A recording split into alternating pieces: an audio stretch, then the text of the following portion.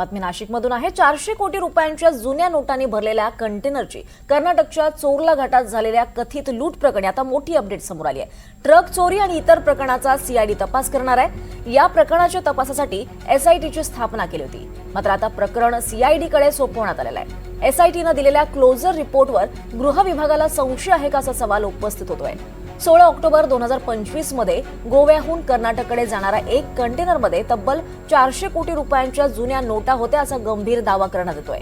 या प्रकरणाची तक्रार नाशिक ग्रामीण पोलिसांकडे संदीप पाटील यांनी दिली आहे। प्राथमिक तपासात हे प्रकरण गंभीर आणि संवेदनशील दिसून आल्यानं या प्रकरणी एसआयटीची स्थापना करण्यात आली होती, मात्र आता सीआयडीकडे हे संपूर्ण प्रकरण सोपवण्यात आलं आहे।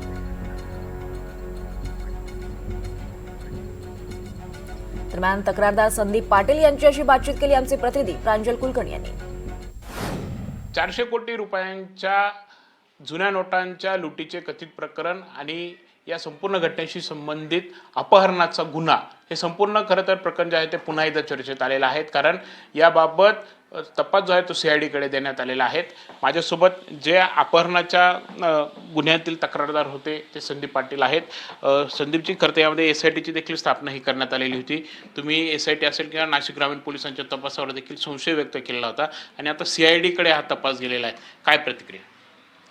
नाशिक एसआयटीने हा पूर्ण प्रकार यांचा तपासात हे प्रकरण दाबण्याच्या दिशेने चालू होतं। यांनी कोर्टामध्ये जी सी समरी दाखल केली आहे, यांना हे प्रकरण बाहेर काढायचंच नव्हतं। आता हा जो तपास सीआयडीकडे गेलेला आहे, नक्कीच सीआयडीवाले हा सर्व खुलासा करतील आणि हा सर्व प्रकार बाहेर काढतील। यांचं म्हणणं असं असेल का 400 करोडची रॉबरी झालेली नाही आहे, तर मी त्यांना ते ऑडिओ पुरावे दिले होते। टोल नाक्यावर विराट गांधी व विशाल नायडू हे हत्तरकी टोल नाक्यावर स्पॉट झालेलं आहे, त्याचा फोटो दिला होता। त्यांचं लोकेशन त्या ठिकाणी त्या दिवशीचं आलेलं आहे। सगळं काही पुरावा असून यांनी हे कोणतेच पुरावे रेकॉर्डवर घेतले नाही। यांनी काय तपास केला आणि काय रिपोर्ट दिला, आता हा सर्व काही रिपोर्ट माझ्याकडे समोर आलेला आहे। आता सीआयडीवाल्यांना आता मी अजून काय सीआयडीवाल्यांना पुरावा देईल आणि नक्कीच हे प्रकरण सर्व बाहेर निघेल। पण त्यांचं म्हणणं आहे, म्हणजे आता काही दिवसांपूर्वी नाशिकच्या ग्रामीण पोलीस अधीक्षकांनी एक पत्रकार परिषदेत म्हटलं होतं की तुम्ही जी तक्रार दिलेली आहे तीच मुळात खोटी होती, त्यामुळे आरोपी देखील यामध्ये निर्दोष सुटलेले आहे। आरोपी नाशिकला आलेला आहे, यांनी स्वतः त्याच्यामध्ये उल्लेख केलेला आहे।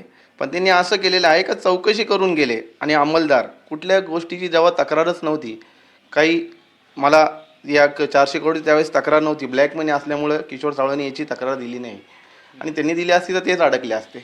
कुठली काही तक्रार नसताना ते माझ्याकडे येत आहे आणि त्यांच्या गाडीमध्ये माझा एक मित्र पण होता। माझ्या मित्रासमोर सगळ्या काही गोष्टीचा त्यांनी खुलासा केला। 5 मिनिटासाठी बसला। एवढं मोठं प्रकरण असल्यानंतर किशोर सावळेंनी त्यांच्यासमोर व्हिडिओ कॉल केला आणि किशोर सावळा बोलले की याला बसून ठेवा, म्हणे मला पैशासाठी फोन येणार आहे। विटनेस असून सुद्धा त्यांचं म्हणणं असं आहे का विटनेस काही सापडले नाही। यांनी कोणते विटनेस काही पुरावे यांनी रेकॉर्डवरच घेतलेले नाही, जे एसआयटीवाल्यांनी घ्यायला पाहिजे होते।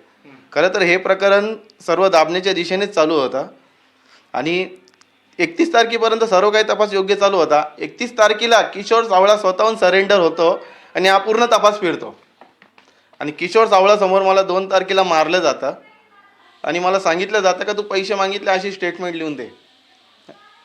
म्हणजे नक्की हा प्रकार काय चालला होता? किशोर सावळा आल्यानंतर यांनी हा तपास कोणत्या दिशेने यांनी फिरवला?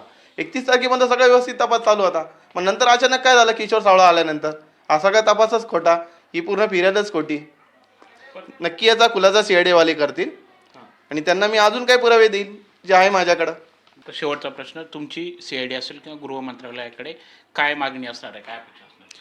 नाही, माझी हीच मागणी असणार आहे का ही जी रॉबरी झालेली आहे ही यांनी बाहेर काढावी। ही रॉबरी झालेली आहे याचा खुलासा जयेश कदमने नाशिकच्या एक ग्रामीणच्या 2 अधिकाऱ्यांसमोर केलेला आहे, एक स्थानिक गुन्हे शाखेच्या आणि एक LCBच्या। त्यांनी ती सीसीटीव्ही त्यांनी ती रेकॉर्डवरती पण घेतली का नाही, ती पण त्यांनी दाखवा ना। ते म्हणत असेल का हा काही झालेलं नाही सीसीटीव्ही। आता मी याच्यामध्ये सर्व ठिकाणी RTI टाकलेले आहे। आता मला हे काही जे काय आहे या गोष्टीचे देता का नाही देता, आता तो पुढचा भाग आहे। पण यांनी ज्या ज्या गोष्टी रेकॉर्डवर घेतल्या पाहिजे होत्या त्या त्यांनी रेकॉर्डवर घेतल्या नाही। खूप काही गोष्टी लपवल्या यांनी।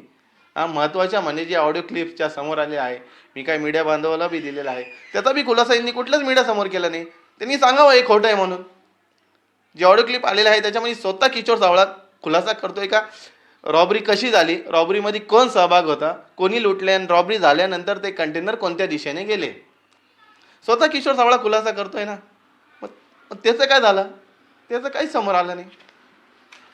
एकंदरीतच आपण बघत आहोत की जे काही तक्रारदारांकडून खुलासा केला जातोय ते खरं तर धक्कादायक आहेत.